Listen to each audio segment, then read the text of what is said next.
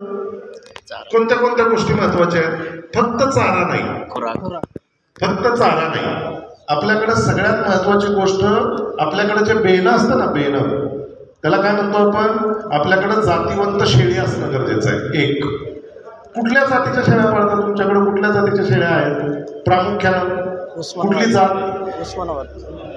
हा, संगमनेरी. संगमनेरी शेळ्या, पूर्ण संगमनेरीचा प्युअर गोठा असणार कोण आहे का? पूर्ण संगमनेरी शेळ्या. त्याच्यामध्ये एक ही मिक्स वाली शेळी आपल्याकडे नाहीये. किती आहेत तुमच्याकडं? 7, 10. तुमच्याकडं 25 फक्त संगमनेरी प्युअर आहेत. तुमच्याकडे फोटो बिटो आहेत शेळ्यांचे काढलेले कधीतरी मध्ये आले? कारण फक्त संगमनेरी शेळी ही शेळी आहे, ही तुमच्या संगमनेरची आहे. आणि महत्वाची गोष्ट काय आहे की या शेळीला आपल्या महाराष्ट्रामध्ये काही नोंदणी केलेल्या जाती आहेत. भारताची एक संस्था असते, त्या संस्थेबरोबर नोंदणी केलेली असते या जातींची.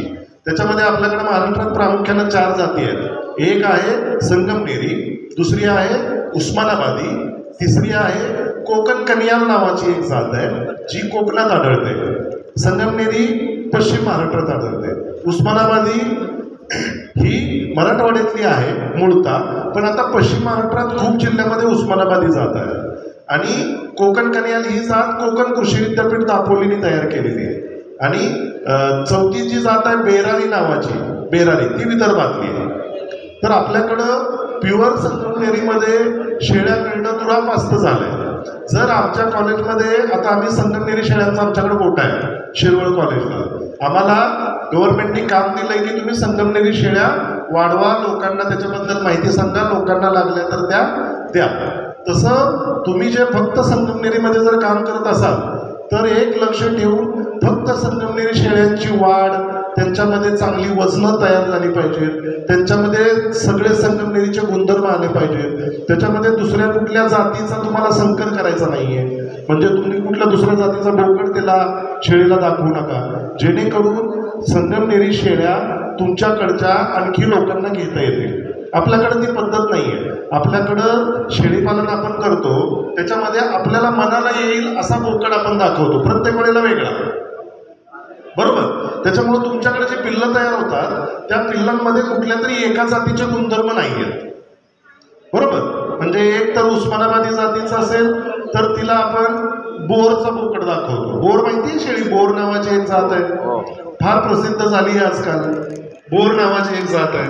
किंवा एक बिटल नावाची जात आहे, बिटल, पूर्ण काळी असते उस्मानाबादी सारखी, फार लांब कान असतात आणि वजनाला 45-50 किलोपर्यंत भरते, बरोबर. तर मग आपल्याकडे सगळं असा संकर करण्याची पद्धत आहे. त्याच्यामुळं तुम्ही जर तुमची पिल्लं लगेच मार्केटला विकणार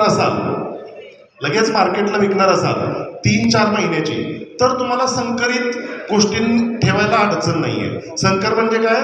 2, 3, 4 शेळ्यांचं मिक्स आपण ठेवत असतो. पण जर तुम्हाला तुमच्याकडं जर तुमच्या गोठ्यातला स्टॉक म्हणतो ना आपण, स्टॉक जो आपण रोज विकत नाही, किंवा आपल्याकडे 4-4, 5-5 वर्ष त्या शेळ्या मूळ राहतात आणि त्यांच्यापासून आपण नवीन करडांची पैदास करत असतो, तर त्या स्टॉकमध्ये मिक्सिंग करायचं नाही. मग एक तर बिटलने काम केलं तर बिटल, किंवा मग जी करडं तयार होतील ती करडं तुमच्या स्टॉकमध्ये ठेवली की तुमचं सगळं पुढचं जे आहे ते क्रॉस होईल. आणि क्रॉस झाल्यानंतर तुम्हाला एका विशिष्ट शेळीचे गुणधर्म आहेत अशा शेळ्या तुम्हाला मिळणार नाहीत, जे मार्केटमध्ये विकताना तुम्हाला अडचणी येतात. त्याच्यामुळं तुम्हाला कशासाठी शेळीपालन करायचं आहे?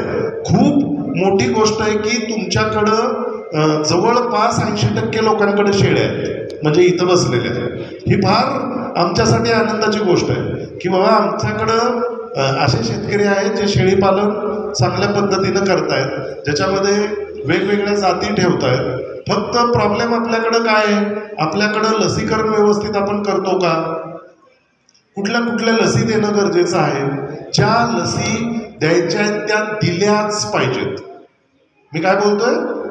दिल्याच पाहिजेत, दिल्या पाहिजेत नाही. दिल्या पाहिजेत वेगळं असतं, दिल्याच पाहिजेत वेगळं असतं, बरोबर. सगळ्यांना कळतं का? दिल्याच पाहिजेत शब्द कळतो? क्लिअर? फार महत्वाचं आहे. अजिबात याच्यामध्ये मागं राहू नका, कारण आपण आतापर्यंत जसं सर मगाशी सांगत होते बरेच रोग येत आहेत आणि त्या रोगांमुळं सगळ्यात आपल्याकडे महत्वाचा प्रॉब्लेम आहे की करड्यांची मरतूक होते. लहान असताना करडं मरतात किंवा करड्यांमध्ये वजन वाढ चांगली होत नाही. तर सगळ्यात पहिल्यांदा सगळ्यात महत्वाची गोष्ट काय करायची की आपण शेळी पालन करताना आपण सगळ्यात महत्वाचं एक चांगल्या जातीची निवड करायची. त्याच्यामध्ये जातीवंत शेळ्या ठेवण्याचा प्रयत्न करायचा. ज्या जातीवंत शेळ्या नाहीत त्या गोठ्यात ठेवायच्या नाहीत, त्या काढून टाकायच्या. त्यांच्या जागी नवीन जातीवंत शेळी आणायचा प्रयत्न करायचा.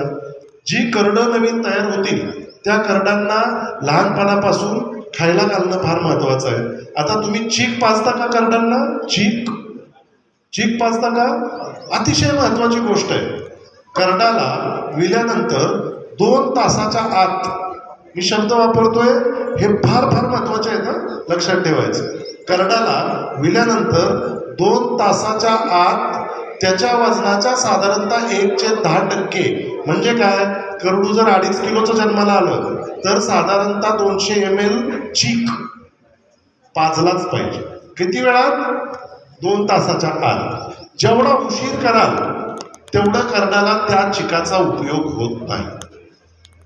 कारण चिकामध्ये जे रोगप्रतिकारक शक्ती असणाऱ्या गोष्टी असतात त्याची जाडी मोठी असते. म्हणजे त्याच्यामध्ये जे पार्टिकल असतात ना चिकामध्ये दुधाचे ते जाड असतात आणि मग काय होतं, करडाची जी पचन व्यवस्था आहे म्हणजे आपलं आतडं, ते आतडं पूर्ण डेव्हलप झालेलं नसतं. म्हणजे त्याची पूर्ण वाढ झालेली नसते आतड्याची. त्याच्यामुळं काय होतं की त्या चिकामध्ये जे असणाऱ्या चांगल्या गोष्टी आहेत रोगप्रतिकार करणाऱ्या त्या त्याच्यातनं शोषून घेणं सोपं जातं. जसं करडू वेळ लागेल म्हणजे 2 तासाचे 4 तास 3 तास तसं आतडं ऑटोमॅटिक वाढ व्हायला तयार होतं. आणि जशी वाढ होईल तसे मोठे जे पार्टिकल असणारे दुधामध्ये गोष्टी आहेत ना रोगप्रतिकारक शक्ती असणाऱ्या त्या करडाला त्याच्या शरीरात शोषून घेता येत नाही. आणि जसं मग वेळ जाईल तसं त्या चिकाचा उपयोग व्हायचा कमी होत जातो. ह्याच्यासाठी सगळ्यात महत्वाचं काय आहे की चीक करडाच्या शरीराच्या 10% म्हणजे 2.5 किलो वजन असेल तर 200 ते 250 मिली करडानं पिलं पाहिजे याची काळजी घ्यायची.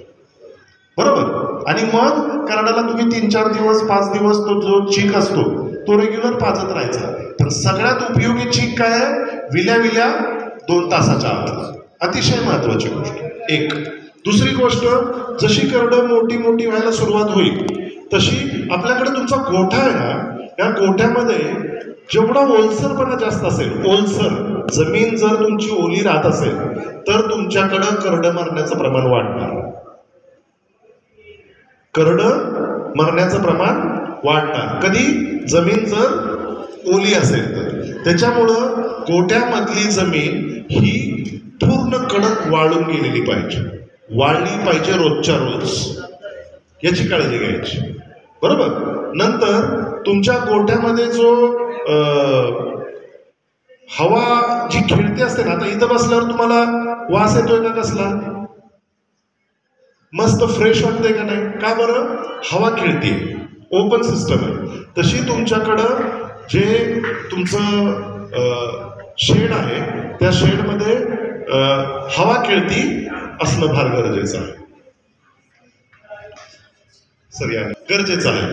तर तुमच्या गोठ्यामध्ये हवा खेळती असणं गरजेचं आहे. करडाला चीक पाजला, गोठा व्यवस्थित नियोजन केलं. गोठ्यावरती खूप मोठा खर्च पहिल्यांदा करायचा नाही. तुम्हाला कितीही मोठा शेळ्यांचा बिझनेस करायचा असला तरीही गोठ्यावरती सुरुवात करताना एकदम मोठा खर्च करायचा नाही. गोठ्यावरती हळूहळू खर्च करत तुम्हाला पुढं जायचं आहे.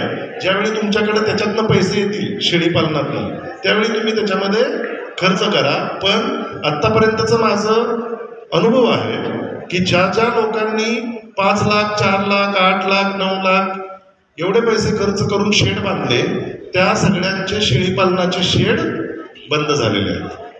आणि मग लोक आपण कुणाला नावं ठेवतो? शेळ्यांना. आपण काय म्हणतो, शेळीपालन व्यवसाय काय फायद्याचा नाही आणि दुसऱ्याला सांगत फिरतो की ते करू नका. चूक कुणाची असते? आपली. बरोबर. तर आपण सुरुवात करताना शेळ्यांची गोठा खूप मोठा खर्चिक करायचा नाही, हे सगळ्यात महत्वाचं आहे. जसं तुम्हाला वाटेल, जशी गरज असेल तसं गोठ्यांमध्ये तुम्हाला परत गोष्टी करता येऊ शकतात. तुम्ही गोठ्यामध्ये कंपार्टमेंट करा, गोठ्यामध्ये हवा खेळती राहिली पाहिजे याचा विचार करा. गोठ्यातल्या जमिनीमध्ये कोबा करायची गरज नाहीये. ज्यांना वाटतं की गोठ्यामध्ये कोबा करून फायदा होतो त्यांनी कोबा करू नये, कारण कोब्यामध्ये शेळ्यांनी लघवी केलेली ऍब्सॉर्ब केली जात नाही, त्याच्यामध्ये ते शोषून घेतलं जात नाही जे ओलं आहे ते, आणि मग गोठा लवकर वाढत नाही. आणि जेवढा गोठा ओला राहतो तेवढा प्रॉब्लेम वाढायला सुरुवात होते. ज्यावेळी शेळ्यांच्या लेंड्या पडतात आणि त्याच्यामध्ये शेळ्या लघवी करतात, त्यावेळी ते काय होतं, त्याचं असं एकदम घसा सुरुवात होते कोब्यावर, आणि थोड्या दिवसांनी तो घट्ट होतो. त्याच्यामध्ये परत लघवी केली तर ती 1-2 तास तशीच राहते, ती सुकतच नाही. त्याच्यामुळं गोठाची जमीन ही मलमूत्र शोषून घेणारी असली पाहिजे. ही गोष्ट फार महत्वाची, काळजी घेण्यासारखी आहे. नंतर शेळीपालनाला सुरुवात कितीही पैसे असले तरी 20+1 म्हणजे 20 माद्या आणि 1 नर, याच्यापेक्षा जास्त नाही करू नये. कितीही पैसे असले तरीही शेळीपालनाची सुरुवात ही जास्तीत जास्त 20 शेळ्या माद्या आणि 1 चांगल्या क्वालिटीचा नर. आपलं बोलणं झालंय की आपल्याकडं ज्या जातीवंत जातीच्या शेळ्या आहेत या पाळायला पाहिजेत. ज्या आपण मार्केटला विकतो करडं, ती क्रॉस असतील तर ती चालते, कारण ते मटणासाठी कट होतात. पण जो तुमचा मेन स्टॉक असतो तो मिक्सवाला नको. तो मिक्सवाला झाला की बोकड परत तुम्ही तिसऱ्या जातीचा आणणार, मग तिसऱ्या जातीचा बोकड दाखवणार, मग त्याच्या पिल्लामध्ये परत 2, 3, 4 जातींचं मिक्स तयार होणार, आणि असं मग ते कुठल्याच आपल्या कामाचं, धड त्याची वजनवाढ व्यवस्थित होणार नाही, धड त्याची रोग प्रतिकारक शक्ती चांगली असणार नाही, किंवा मग त्याच्यापासून मिळणारं दूध जे करडांना लागतंय तेवढं पण मिळणार नाही, कारण आपण सगळ्या गोष्टींचं मिक्स केलंय. प्रत्येक जातीला तिची स्पेशालिटी आहे. उस्मानाबादी जातीमध्ये रोग प्रतिकारक शक्ती अतिशय उत्तम आहे. उस्मानाबादी जातीमध्ये 2 पिल्लं देण्याची क्षमता ही इतर जातींपेक्षा सगळ्यात चांगली आहे. उस्मानाबादीच्या जातीच्या मटणामध्ये चरबीचं प्रमाण हे कमी आहे. त्या उपर तुम्ही बिटल जात जर निवडली तर बिटल ही जाड किंवा जास्त वजन असणारी जात आहे. त्याच्यामध्ये दुधाचं प्रमाण जास्त आहे, पण रोग प्रतिकारक शक्ती उस्मानाबादी एवढी चांगली नाही आहे. मग तुम्हाला मिक्स केलं की एक गोष्ट कमी, दुसरी गोष्ट तुम्हाला पाहिजे ती त्याच्यात ऍड होऊ शकते. त्याच्यामुळे तुम्हाला काय करायचंय, कशासाठी शेळीपालन करायचंय, कुठल्या शेळीच्या मटणाला मागणी आहे, आपल्याकडं काय चालतंय, याच्यानुसार तुमच्याकडे शेळीपालनामध्ये गोष्टी करणं अपेक्षित आहे. चाऱ्यामध्ये अतिशय महत्वाची गोष्ट काय, ओला चारा, वाळला चारा, खुराक आणि खनिज मिश्रण, या 4 गोष्टी चाऱ्यामध्ये येतात. ओला चारा, वाळला चारा, खुराक आणि खनिज मिश्रण. आता तुम्हाला खनिज मिश्रणाच्या चाटणविटा माहिती असतील. चाटणविटा माहिती आहेत का?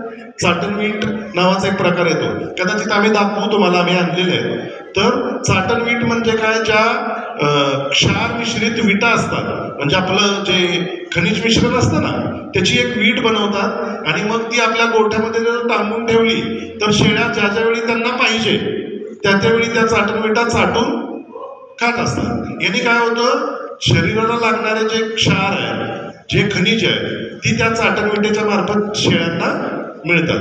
त्याच्यामुळं चाटणविटा शक्य झाल्या तर आपल्या गोठ्यामध्ये क्षार मिश्रणाच्या स्वरूपात आपल्याला देण्यास हरकत नाही. ओल्या चाऱ्यामध्ये कुठल्या प्रकारचा ओला चारा पाहिजे, ज्या ओल्या चाऱ्यामध्ये प्रथिनांचं प्रमाण चांगलं आहे. शरीराची वाढ ही प्रथिनामुळे होत असते, हे लक्षात ठेवायचं. प्रथिनं जर तुमच्या चाऱ्यामध्ये जर चांगली असतील तर ती प्रथिनं जनावरांनी ज्यावेळी खातील तो चारा, त्या चाऱ्यामध्ये जनावरांना प्रथिनं चांगल्या प्रकारचे मिळतील, आणि मग जनावरांची वाढ ही इतर चाऱ्याच्या तुलनेत झपाट्यानं होईल. इतर चाऱ्याच्या तुलनेत झपाट्यानं होईल. कुठला प्रथिनयुक्त चारा आहे, कुठल्या प्रकारचा तुमच्याकडे चारा असतो, तुमच्याकडे कुठला असतो? शेवरी आहे का तुमच्याकडं शेळ्यांना घालण्यासाठी? नाही. शेवगा, शेवरी, नंतर सुबाबूळ, मका, दशरथ घास, नंतर DHN6 नावाचा एक घास आहे. याच्यामध्ये चांगलं प्रथिनांचं प्रमाण आहे. दशरथ नावाचा एक घासाचा प्रकार आहे ज्याच्यामध्ये फार चांगलं, बऱ्याच शेतकऱ्यांनी त्या भागात, म्हणजे आम्ही जिथं आता आमचं कॉलेज आहे ते सातारा जिल्ह्यामध्ये, तर सातारा जिल्ह्यामध्ये बऱ्याच शेतकऱ्यांकडे दशरथ घासाचे प्लॉट आहेत. तर मला तुम्हाला हे सांगायचं आहे की तुमच्याकडे जर उद्या एक शेळी वाढणार असेल, एक, तर तिचा चारा तयार असल्याशिवाय शेळी वाढवायची नाही. शेळीचा चारा उपलब्ध असल्याशिवाय शेळी वाढली नाही पाहिजे. आपल्याकडे कन्सेप्ट काय माहित आहे का? शेळ्या घेऊन यायच्या आणि मग चाऱ्याची व्यवस्थेचा विचार करायला सुरुवात करायची. त्याच्यामुळे काय होतं, आपल्या अगोदर ज्या आणलेल्या शेळ्या त्यांना चारा टाकायला आपल्याकडे चारा उपलब्ध नाहीये. बरं, आपल्याकडे थोडाफार चारा उपलब्ध आहे, पण 4 शेळ्या नवीन विकत आणल्या, आपण त्याच चाऱ्यातल्या परत थोडं थोडं काढून त्या शेळ्यांना देणार. आणि आपल्याला अपेक्षित काय आहे? शेळ्यांची वजन वाढ झाली पाहिजे. आणि चारा आपण त्यांना व्यवस्थित देणार नाही, पण वजन वाढ झाली पाहिजे. तर या गोष्टी होऊ शकत नाही. त्याच्यामुळं तुम्ही या चाऱ्याचं व्यवस्थापन करायला सुरुवात करा. मग तुमच्याकडे जंगलाचं प्रमाण बऱ्यापैकी आहे, तर कुठल्या शेळ्यांना विषबाधा नसणाऱ्या प्रकारचा चारा तुम्हाला उपलब्ध होऊ शकतो. वेगवेगळ्या प्रकारचा जेवढा चारा तुम्हाला शेळ्यांना दिवसभरात देता येईल तेवढा उत्तम. एकाच प्रकारचा चारा कंटिन्युअस द्यायचा नाही. एका चाऱ्यातून एक गोष्ट मिळते, दुसऱ्या चाऱ्यातून दुसरी गोष्ट मिळते, तिसऱ्या चाऱ्यातून तिसरी गोष्ट मिळते. त्याच्यामुळं चारा जेवढा तुम्हाला जास्त प्रकारचा देता येईल तेवढा देण्याचा प्रयत्न करायचा. जो चारा तुम्हाला इझिली जंगलातून अवेलेबल होऊ शकतो तो वापरायचा. जो चारा तुम्हाला प्रथिनांसाठी स्पेशल लागणार आहे तो चारा तुमच्याकडे शेतामध्ये लावण्याची सोय करण्याची गरज आहे. कारण आता काही शेतकरी त्यांच्याकडे 20 पेक्षा जास्त शेळ्या आहेत. 20 पेक्षा जास्त शेळ्या म्हणजे एका शेळीला साधारणतः एका दिवसाला 3 ते 4 किलो खायला लागतं. बरोबर, म्हणजे 20 शेळ्यांना किती झालं? 25 शेळ्यांना किती झालं? 100 किलो. 100 किलो म्हणजे काय? 1 क्विंटल. बरोबर. आणि हे 1 क्विंटल फक्त एकच दिवस लागणार आहे का? नाही, हे रोज वर्षानुवर्ष लागणार आहे जोपर्यंत तुमच्याकडे तेवढ्या शेळ्या आहेत. बरोबर. त्याच्यामुळं तुमच्याकडच्या चाऱ्याचं व्यवस्थापन हे फार व्यवस्थित पाहिजे, जेणेकरून, कारण 70% खर्च हा चाऱ्यावरती आहे. कुठल्याही पशुपालन व्यवसायामध्ये 70% खर्च हा कशावरती आहे? चाऱ्यावरती आहे. मग चारा तुमची मॅनेजमेंट जर व्यवस्थित नसेल तर तुम्ही त्या व्यवसायामध्ये खूप काही प्रगती करणं फार अवघड आहे. म्हणजे आता तुम्हाला सांगण्यासारखं नाही. आम्ही लंपीमध्ये सर आलो होतो संगमनेरमध्ये, मी 2 महिने होतो. त्यावेळी आम्हाला कळालं तुमच्याकडे एवढे प्रचंड सुंदर गोठे आहेत गाईंचे की आम्हाला आमच्याकडे पाहायला मिळत नाही तेवढे चांगले चांगले गोठे आहेत संगमनेरच्या आजूबाजूला. त्याच्यामुळे तुम्ही दुधाचा व्यवसाय फार चांगला करताय. आणि त्याच्यामध्ये चाऱ्याचे व्यवस्थापन आम्हाला जे कळालं ते मुरघास हे खूप मोठ्या प्रमाणात आहे. मुरघास हे चाऱ्याचा तुम्हाला वापर तुम्ही फार चांगल्या पद्धतीनं करताय. पण शेळ्यांमध्ये काही वेळा जास्त मुरघाचा वापर झाला तर पोटफुगी वगैरे असे प्रॉब्लेम येतात. त्याच्यामुळं तुमच्याकडं वाळला चारा प्लस थोडासा ओला चारा याचं कॉम्बिनेशन शेळ्यांना देणं गरजेचं आहे. आणि महत्वाची शेळ्यांमध्ये गोष्ट काय माहितीये का? जर एकूण चाऱ्याचे प्रकार 15 असतील तर 10-12 प्रकारचा चारा शेळ्या खातात. गाई फक्त 6-7 प्रकारचाच खातात त्याच 15 मधला. त्याच 15 मध्ये गाई 5-6 प्रकारचा चारा खाते आणि शेळ्या 10-12 प्रकारचा त्याच चाऱ्यांच्या पिकांमधला खातात. याचा अर्थ काय? शेळ्यांमध्ये तुरट, आंबट किंवा कडू जे प्रकार आहेत झाडांचे ते खाण्याची कॅपॅसिटी चांगली आहे गाईंच्या कंपॅरिझन मध्ये. त्याच्यामुळं त्या गोष्टींचा तुम्हाला फायदा घेता आला पाहिजे, त्याचा वापर तुमच्याकडे तुम्हाला करता आला पाहिजे. त्याच्यामुळं चाऱ्याच्या व्यवस्थापनामध्ये फार व्यवस्थित चाणाक्षपणे गोष्टी करणं गरजेचं आहे. आपण फक्त त्याच गोष्टीत कमी पडतोय आजकाल की आपल्याकडं चाऱ्याचं व्यवस्थापन व्यवस्थित होत नाहीये. वाळला चारा तुमच्याकडं मला मुरघास सोडून शेतकरी देताना दिसत नाही. तुमच्याकडे वाळला चारा देण्याचं प्रमाण कमी आहे, पण वाळला चारा जनावरांना देणं हे अतिशय गरजेचं आहे. वाळल्या चाऱ्यामध्ये तंतुमय पदार्थ असतात, त्याला फायबर्स म्हणतो आम्ही, आणि ते तंतुमय पदार्थ पोटात जर नसतील गेले रेग्युलर, थोड्याफार प्रमाणात तर गेलेच पाहिजे. ते जर नाही गेले तर जनावरांची पचन संस्था आहे ही बिघडते. कारण ओल्या चाऱ्यामध्ये फायबरचं प्रमाण कमी असतं आणि पाण्याचं प्रमाण जास्त असतं, आणि वाळल्या चाऱ्यामध्ये फायबर, त्याला आपण तंतुमय पदार्थ म्हणतो, त्यांचं प्रमाण जास्त असतं, आणि ते पचनासाठी, ओटीपोट, रवंत या सगळ्या गोष्टींसाठी फार फार महत्वाचं आहे. त्याच्यामुळं जनावरांना थोड्याफार प्रमाणामध्ये वाळल्या चाऱ्याची सुद्धा व्यवस्था करणं अपेक्षित आहे. आपल्याकडचे शेतकरी आहेत ते मुरघासावरती दुधाच्या धंद्यामध्ये गोष्टी करतायत, पण वाळल्या चाऱ्याचं सुद्धा काही प्रमाणामध्ये नियोजन करणं गरजेचं आहे. आपल्याकडे खनिज मिश्रणाचं झालं, मी चाटण विटेबद्दल बोललो. चाटण वीट काय रोज टाकायची गरज नाही, ती गोठ्यामध्ये बांधली, जनावराला पाहिजे त्यावेळी जनावर जाऊन ती चाटतं आणि त्यांच्या शरीराला लागणाऱ्या खनिजांची गोष्टी जनावर आपोआप घेतं. बरोबर, म्हणजे त्यांना लागलं की ते तुम्हाला माहिती आहे ना, भिंती चाटतात, जमीन चाटतात, गाई शेळ्या कशासाठी चाटतात? कारण त्यांच्याकडं खनिजांची, चुना, कॅल्शियम वगैरे ह्या गोष्टी असतात, यांचं प्रमाण कमी झालं की मग ते चाटायला सुरुवात करतात. बरोबर, त्याच्यामुळं जर आपल्याकडं जर खनिज मिश्रणाची वीट जर बांधली, आणि ती वीट अशी आहे की ती फुटून जात नाही, ती कडक असते दगडासारखी, आणि दगडासारखी असली की ती चाटून चाटून तुटत नाही, त्याच्यामुळे ती वेस्टेज जास्त प्रमाणात जात नाही. त्याच्यामुळे चाटण वीट तुमच्या गोठ्यामध्ये 2-3 ठिकाणी बांधून ठेवले आणि मग शेळ्या पाहिजे त्यावेळी त्या चाटू शकतात. खुराक तुम्हाला शक्य आहे तसं, कारण खुराक हा जरा थोडासा महागडा गोष्ट आहे, पण गाभण काळामध्ये तुम्हाला करडं मरण्यासाठी सगळ्यात महत्वाच्या 4-5 गोष्टी सांगू का? करडं मरण्याचं प्रमाण हे जास्त असण्याच्या कारणामध्ये सगळ्यात महत्वाचं कारण आहे तुमच्याकडं जे शेळ्या गाभण आहेत त्या गाभण काळात शेळ्यांना चांगल्या पद्धतीचं खायला न मिळणे सगळ्यात महत्वाचं कारण आहे. आपल्याकडे काय होतं, गाभण काळामध्ये आवश्यक प्रमाणात ओला चारा, वाळला चारा, खुराक काही प्रमाणात मिळणं गरजेचं आहे. त्यांनी काय होतं, गर्भाची वाढ जी आहे ती व्यवस्थित होत असते. माणसाला आपण लगेच हे खायला आण, ते खायला आण, ह्या गोष्टी करतो, जनावरांनाही ते लागतच ना.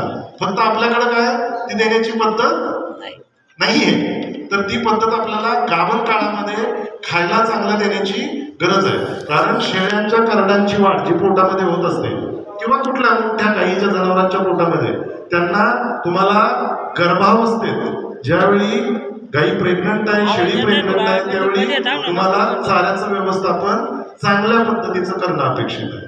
दुसरी गोष्ट, तुमचं जर करडू विल्यानंतर तुम्हाला सांगितल्याप्रमाणे 2 तासाच्या आत चीक कंपल्सरी पाजणं आहे. ते एक मेजर कारण आहे ज्याच्यामुळे करड्यांची मरतूक वाढू शकते. तिसरं महत्वाचं कारण आहे की तुमच्याकडे जे करडू आहे ते करडू विल्यानंतर ओलं असतं, त्याच्यावरती सगळं तो जो चिकट हे असतो, तो चिकट गोष्ट शेळी नॉर्मली चाटते आणि करड्याला कोरडं करते. पण जर करड्याला शेळीनं कोरडं केलं नाही तर आपण लक्ष देऊन करडू लवकरात लवकर कोरडं करणं गरजेचं आहे. कारण तुमच्या शरीराला जेवढं ओलसरपणा बाहेरून जेवढा जास्त असेल, त्याला त्या जनावराच्या शरीरातून हीट बाहेर पडते. हीट बाहेर पडते म्हणजे काय, तुमचं जे गरम आणि जनावराचं शरीराचं तापमान कमी होत जातं. त्याला हायपोथर्मिया म्हणतात आमच्या विज्ञानामध्ये. आणि हायपोथर्मिया झाला म्हणजे ओला असल्यामुळं जनावराच्या शरीरातून उष्णता बाहेर पडते. उष्णता बाहेर पडल्यामुळं जनावराच्या शरीराचं तापमान कमी होतं, आणि तापमान कमी झालं आणि जनावराला जर ते मॅनेज करता नाही आलं तर जनावर मरू शकतं. त्याच्यामध्ये करड्यांची मृत्यू होते. बरोबर, करड्यांची मृत्यू त्याच्यामुळे होते. नंतर आणखी एक महत्वाचं कारण की तुम्ही जनावरांमध्ये लसीकरण हे केलंच पाहिजे. कमीत कमी 3 लसी तर दिल्याच पाहिजेत, म्हणजे त्यांना पर्याय नाही. कसलेही डॉक्टर आमच्याकडचे, आता मी 10-12 वर्ष झालं शेळी पालन करतोय, जगू शकत नाही. जर ती गोष्ट जर प्रॉब्लेम मध्ये जास्त आलेली असेल तर तुम्हाला त्याच्यावरती काहीही पर्याय नाही. त्याच्यामध्ये PPR नावाचा रोग आहे. PPR अतिशय डेंजरस. त्याच्यामध्ये मृत्यू खूप मोठ्या प्रमाणात होते. त्याची लस उपलब्ध आहे. तुम्ही लसीकरण त्या रोगाचं करून घेतलंच पाहिजे. दुसरी लस आहे जी अतिशय महत्वाची आहे, जी तुम्ही दिलीच पाहिजे. ती आहे आंत्रविषार. आंत्रविषार म्हणतात त्याला, ETV असं इंग्लिशमध्ये म्हणतात. ETV म्हणजे इंट्रोटॉक्सिमिया आणि मराठीमध्ये त्याला म्हणतात आंत्रविषार. तर आंत्रविषार रोगाची लस पण आपण दिलीच पाहिजे. दिलीच म्हणजे त्याला अजिबात, कारण त्याच्यामध्ये सुद्धा मृत्यू फार मोठ्या प्रमाणात होऊ शकते.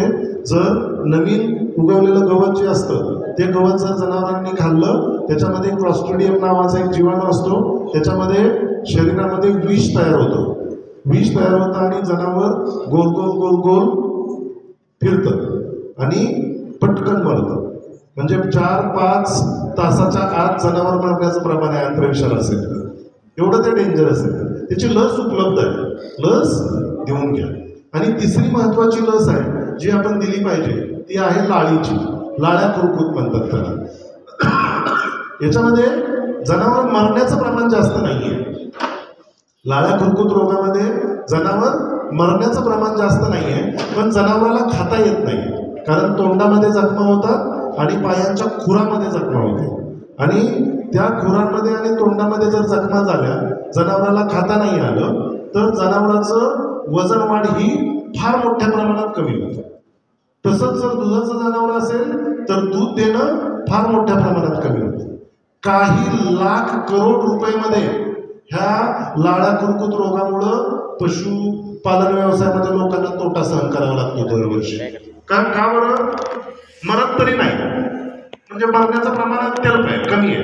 पण जनावराला खाता येत नसल्यामुळं जनावराला वजन वाढ ही नाही आणि दुधाच्या मध्ये लॉस होतो, दूध देणाऱ्या जनावरांमध्ये. त्याच्यामुळं लाळ्या खुरकूत, PPR, ETV लसी देऊनच घ्यायची. म्हणजे जे देत नसतील त्यांनी जागे व्हा. कारण PPR मध्ये मी गोठे पाहिले मी स्वतः, की 5 दिवसाच्या आत 100 शेळ्यांचा गोटा पूर्ण मेले. 5 दिवसात PPR आल्यावरती 100 शेळ्यांचा गोठा पूर्ण संपला. एवढा डेंजरस आहे. सोपं काम आहे. त्याच्यावरती लस उपलब्ध आहे. लस देऊन घे, गरजेचं आहे. अजिबात याच्यामध्ये टाळाटाळ करू नका. आपण 5 रुपये, 10 रुपये, 15 रुपयाचा हिशोब करत बसतो आणि 5,000 रुपयाचं कमीत कमी म्हणजे 15,000, 20,000चं जनावर आपण गमावतो. मग आपल्याला कळतं की 10 रुपयाची लस द्यायला पाहिजे होती. बरोबर आहे? त्यावेळी आपल्याला वाटतं 10 रुपयाची लस द्यायला पाहिजे होती. कारण असे 10 रुपये 100 शेळ्यांचे घातले तरी 5,000 होणार नाहीत. बरोबर आहे का? असे 100 शेळ्यांचे 10,000 रुपये घातले तरी 5,000 रुपये होणार नाही. एवढे एका शेळीची किंमत आपल्याकडनं एक शेळी निघून गेली की निघून जाते. त्याच्यामुळं लसीकरण अतिशय महत्वाचं. नंतर जंत निर्मूलन करणे ही अतिशय गरजेची गोष्ट आहे. शक्य असेल तर दर 3 महिन्यातनं एकदा, नाही तर 4 महिन्यातनं एकदा तरी आपल्या शेळ्यांचं जंत निर्मूलन करून घेतलं पाहिजे. जंत निर्मूलनाच्या गोळ्या, फक्त जंत निर्मूलनाची गोष्ट महत्वाची काय आहे की जंत निर्मूलनामध्ये तुम्हाला वजन माहिती असणं महत्वाचं असतं, जेणेकरून डोस व्यवस्थित कॅल्क्युलेट झाला पाहिजे. योग्य प्रमाणामध्ये जर तुम्हाला जंताच्या औषधाची मात्रा जर जनावरांच्या शरीरात गेली तर मग त्या जंतांच्या अगेन्स्ट शेळ्यांमध्ये प्रादुर्भाव वाढत नाही आणि जंतांमुळे त्या शेळ्यांना त्रास होत नाही. फक्त काय होतं, आपल्याकडं कमी डोस जातो. डोस जो घ्यायचा असतो तो कमी डोस घेतला जातो. त्याच्यामुळे योग्य प्रकारे जंत आपल्याकडचे प्रादुर्भाव आपल्याला कमी करता येते. त्याच्यामुळं महत्वाचं काय, जंत निर्मूलन आपण कमीत कमी शक्य असेल तर 4-5 महिन्यातून एकदा तरी करून घेतलंच पाहिजे. म्हणजे काही लोक 2-2 वर्ष न करून घेणारे शेतकरी आमच्याकडे आहेत, आम्ही बघितले. त्याच्यामुळं आपण 4 महिन्यातनं शक्य झालं तर, नाहीतर 5 तरी महिन्यातनं का होईना, पण जंत निर्मूलन आपण करून घेणं अतिशय गरजेचं आहे. नंतर आपल्याकडं शेळी विकण्याची पद्धत ही चुकीची सध्या चालू आहे. सगळे बाकीचे पोल्ट्री व्यवसाय आहे किंवा अंड्याचा व्यवसाय आहे किंवा दुधाचाही व्यवसाय आहे, याच्यामध्ये कुणाचा तरी कंट्रोल आहे, म्हणजे गव्हर्नमेंटचा. दुधाचा रेट ठरवण्याचा तरी कंट्रोल गव्हर्नमेंटचा आहे, पोल्ट्रीच्या अंड्याचा रेट ठरवण्याचा कंट्रोल गव्हर्नमेंटकडे आहे, पोल्ट्रीच्या पक्ष्यांचा रेट ठरवण्याची कंट्रोल पण गव्हर्नमेंटकडे आहे. म्हणजे गव्हर्नमेंट रोज रेट डिक्लेअर करत असतं आणि त्याच्यानुसार मग रेट आपले ब्रॉयलर जे पक्षी असतात ना किंवा लेअर जे अंडी देणारे पक्षी असतात त्यांच्यामधून आपल्याला पैसे मिळत असतात. शेळीमध्ये काय आहे, हा अजून आपल्याकडे विस्कटलेला व्यवसाय आहे, त्याला अनऑर्गनाइज्ड सेक्टर म्हणतो आपण. म्हणजे आपल्याकडे त्याच्यामध्ये विक्रीची पद्धत ही एजंटवरती डिपेंड आहे. एजंट माहिती आहे ना तुम्हाला, एजंट किंवा आपण त्याला व्यापारी म्हणतो. व्यापारी आपली जनावरं खरेदी करत असतात. आपल्याकडे जनावरं खरेदीची पद्धत काय आहे, नगावरती. आपण नगावरती विक्री करतोय. नग म्हणजे काय, एक शेळी समोर उभा करायची आणि तिची किंमत व्यापारी एवढी सांगणार, मग तुम्हाला तो परवडतोय की नाही हे तुम्ही ठरवणार आणि मग तुम्ही ते विकणार. ही सध्याची पद्धत चालू आहे. पण आता काही शेतकरी आले, माझ्याकडे व्हिडिओ आहे, मी बरेच बाजारांमध्ये मला वेळ मिळाला की मी फिरत असतो की विक्री लोक कशी करतायत.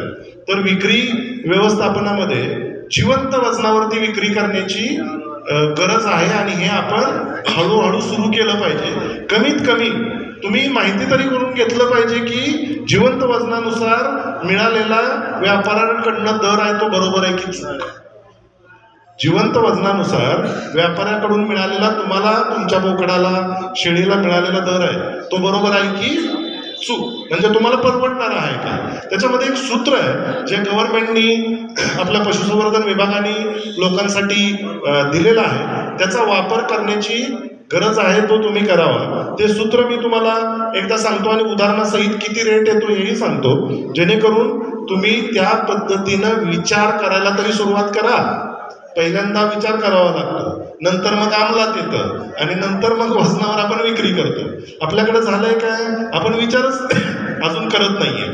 अजून व्यापारीच तुम्हाला फसवतायत आणि तुम्हाला सध्या प्रॉब्लेम मध्ये ठेवले, बरोबर आहे. त्याच्यामुळं आपण जिवंत वजनावरती विक्रीची विचार करायची गरज आहे. क्ष गुणिले य भागिले 2 असं सूत्र आहे.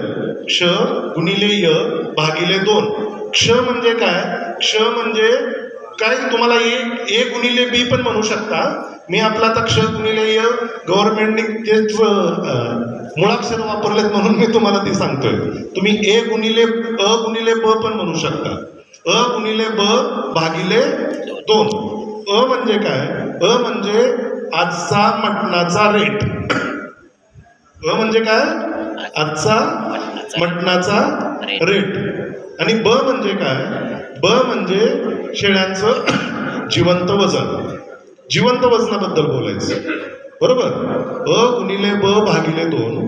अ म्हणजे आजचा मटणाचा रेट, ब म्हणजे आजचं शेळ्यांचं जिवंत वजन भागिले 2. उदाहरण सांगतो. आजचा मटणाचा रेट काय आहे, साधारण 800 रुपये. तुमच्याकडे किती आहे, 700. हा, 600 700. ओके, आमच्याकडे 800 हो. म्हणजे तुमचं बरं आहे. तर सुवर्ण मध्ये साधू 600 तुमचा सोडू, माझा 800 सोडू, 700 रुपये पकडू, बरोबर. 700 रुपये रेट गुणिले शेळीचं वजन समजा 25 किलो असेल किंवा 30 किलो पकडू. 30 किलो शेळीचं वजन आहे किंवा बोकडाचं वजन आहे. 30 गुणिले 700 किती झाले, 21,000. 21,000 भागिले 2 म्हणजे किती झाले, 10,500. तुमच्या शेळीला 30 किलो वजनाच्या 4 वर्षापर्यंत वयाच्या 4 वर्षापर्यंत वय पाहिजे त्या शेळीला किंवा बोकडाला कमीत कमी 10,500 रुपये रेट मिळाला पाहिजे. कळालं. अ गुणिले ब भागिले 2. आजचा मटणाचा रेट गुणिले जिवंत वजन भागिले 2, 30 किलोची शेळी किंवा बोकड गुणिले आजचा मटणाचा रेट 700 रुपये, 21,000 झाले. 21,000 भागिले 2 म्हणजे 10,500 झाले. 10,500 कमीत कमी किंमत मिळाली पाहिजे. मग तुम्हाला जर ती 7,000 मिळत असेल तर तुमचा तोटा होतो. तुम्हाला जर ती 7,000 मिळत असेल तर तुमचा तोटा होतोय आणि व्यापारी तुम्हाला फसवतोय. बरोबर, कारण तो 1 दिवसाचं शेळी पालन करतो. 1 दिवसाचं काही व्यापारी 1 तासाचं करतात. 1 तासाचं इथनं घ्यायची आणि लगेच याला विकून टाकायची. 1 तासात 2 तासात शेळी मागं 1,000 रुपये, शेळी मागं 1,500 रुपये. आणि शेतकरी ज्यानं 6 महिने 8 महिने तो शेळी पाळली, तो बोकड पाळलाय, त्याला तोटा. त्याच्यामुळं आपण आता याच्यामध्ये जागरूक होण्याची गरज आहे. कारण हे क्षेत्र तुम्हाला सांगा, तुम्हाला मटन किंवा चिकन गमतीचा पार्ट आहे बरं का. कुणी पर्सनल अजिबात त्याच्यामध्ये काही घेऊ नका. मटन किंवा चिकन आहे, बरोबर आहे. मटन आणि चिकन आहे आणि हे फुकट आहे, दोन्ही फुकट आहे. काय खाणार? मटन आणि चिकन आहे, दोन्ही फुकट आहे. काय घेणार? मटन. का बरं? का बरं? कारण ती आपली पहिली आवड आहे, बरोबर आहे का. त्याच्यामुळं हा शेळीचा बिझनेस हा लोकांनी तुम्हाला 4 दिवस असतात वर्षातले, 5 दिवस आहेत ज्या दिवशी प्रचंड मटण खाल्लं जातं टनामध्ये.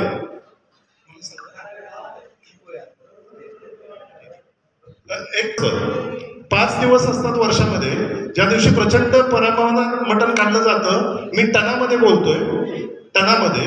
त्यातला सगळ्यात महत्वाचा दिवस धुलिवंदन. धुलिवंदन माहिती आहे सगळ्यांना? होळीचा दुसरा दिवस असतो. फार मोठ्या प्रमाणात भारतात महाराष्ट्रात मटण खाल्लं जातं.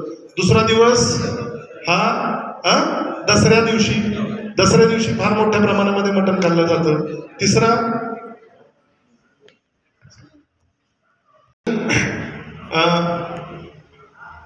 दसरा झाला. नंतर तिसरा दिवस आहे आषाढी अमावस्या. माहितीये? आपण त्याला गटारी म्हणतो, गटारी अमावस्या. खूप मोठ्या प्रमाणात मटण खाल्लं जातं. चौथा एक दिवस आहे बकरी ईद. माहितीये? प्रचंड प्रमाणात मटण खाल्लं जातं. टनामधलं मटण फक्त बोलतो एक दिवस, रोजचं खाणारं मटण वेगळं, बरोबर. आणि राहिला एक दिवस जो आणखी मोठा आहे 31 डिसेंबर. 31 डिसेंबर माहिती? ज्यांना माहिती नव्हतं 31 डिसेंबर काय असतं ते सुद्धा बारकी पोरं आता पार्ट्या करायला लागले. म्हणजे 8वीत 10वीत 12वीतले सुद्धा 31 डिसेंबरची पार्टी आहे आमची, बरोबर. या दिवशी आपलं बोकड मार्केटमध्ये यायला पाहिजे. या दिवशी आपल्या शेळ्या मार्केटमध्ये यायला पाहिजे. त्याच्यामुळे विक्री व्यवस्थापन हे फार गरजेचं आहे, जेणेकरून आपल्याला याच्यामध्ये भरपूर पैसा आणि भरपूर गोष्टी मिळू शकतात. प्लॅनिंग महत्वाचं आहे. आणि सरांनी आता मला जाता जाता सांगितलं की जनावरांचं वजन आपल्याला करण्याच्या कशा पद्धती आहेत ज्याच्यामध्ये बिना काट्याचं आपल्याला वजन जनावरांचं घेता येतं. मी एक मोबाईल ॲप्लिकेशन तयार केलंय पशुभार नावाचं.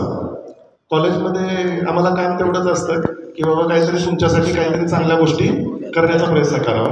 एक पशुभार नावाचं एक मोबाईल ॲप्लिकेशन तयार केलंय. त्याच्यामुळे मध्ये तुम्हाला गाईचं, म्हशीचं, शेळीचं, मेंढीचं वजन त्यांच्या शरीराच्या मोजमापावरून करता येतं.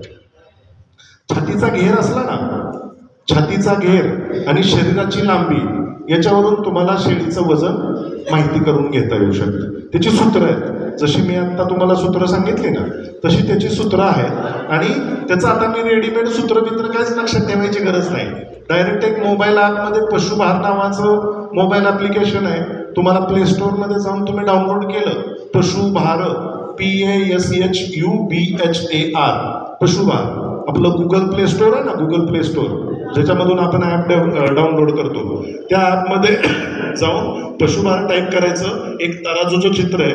त्या तराजूच्या चित्रामध्ये मध्येच म्हशीचं तोंड आहे. मी ते स्पेसिफिकली पटकन ओळखावं म्हणून केलंय तयार. आयकॉन म्हणतात त्याला, आणि तो क्लिक करून डाउनलोड करायचं, त्याची नोंदणी करायची. मी दिवसभर इथं आहे. जर कोणाला ते पशुभार डाउनलोड करण्यामध्ये आणि वापरण्यामध्ये इंटरेस्ट असेल, तुम्ही मला विचारा, मी तुम्हाला ते कसं करायचं सांगेन. माझ्या मोबाईलमध्ये किंवा तुमच्या मोबाईलमध्येही ते मी करून दाखवेन. आणि त्याच्यामध्ये मग तुम्ही जर छातीचा घेर टाकला आणि शरीराची लांबी टाकली आणि गणना करा म्हटलं की तुम्हाला वजन मिळतं. तुम्हाला काही म्हणजे दुसरं काहीच करायची गरज नाही. आणि ते कुठं मोजायचं याची चित्रही दिलेत मी त्यात, की ते छातीचा घेर कुठं नेमका मोजायचा, शरीराची लांबी कुठून कुठंपर्यंत मोजायची, त्याची चित्र मी ते तिथं टाकलंय. आणि मराठी, हिंदी आणि इंग्लिश तिन्ही भाषांमध्ये ते खूप चांगलं काम करताय. एवढे हात वर येतील अशी मला अपेक्षा नव्हती, पण फार जण शेळीपालन करतायत. आणि काही तुमची अडचण असेल, तुम्ही शेळीपालनामध्ये, मी 15 वर्ष झालं फक्त एवढंच करतोय शेळीपालन. मी बाकीच्या दुसऱ्या जनावरांवरती जास्त फोकस काढलाय. तिथं मी माझी PhD ही पैदाशीमध्ये झाली आहे. वंशावळ आणि पैदास, सगळ्या जनावरांची वंशावळ, पैदास आणि या गोष्टींमध्ये मी PhD केली आहे. आणि मार्केटिंगमध्ये मी MBA पण केलंय, असंच हाऊस म्हणून. मला त्याचा काही उपयोग होत नाही कॉलेजच्या गोष्टींमध्ये, पण आपण ते शिकताना मला कळालं की मार्केटिंग लोक का करत नाहीत आणि त्याचा किती मोठा तोटा शेतकऱ्यांना होतोय. कारण आपण ही विक्रीचं लोडच घेत नाही. असू दे व्यापारी येतोय, असू दे व्यापारीने येतोय, मला किती मिळालं त्याचा हिशोब नाही, कुठल्याही नोंदी आपण ठेवत नाही. एक वही तुम्हाला दिलेली आहे, त्या वहीत रोजचं लिहिलं पाहिजे तुम्ही गोष्टी. ठीक आहे. तर पाहुणे आले बहुतेक, आपण बोलूया याच्यानंतर.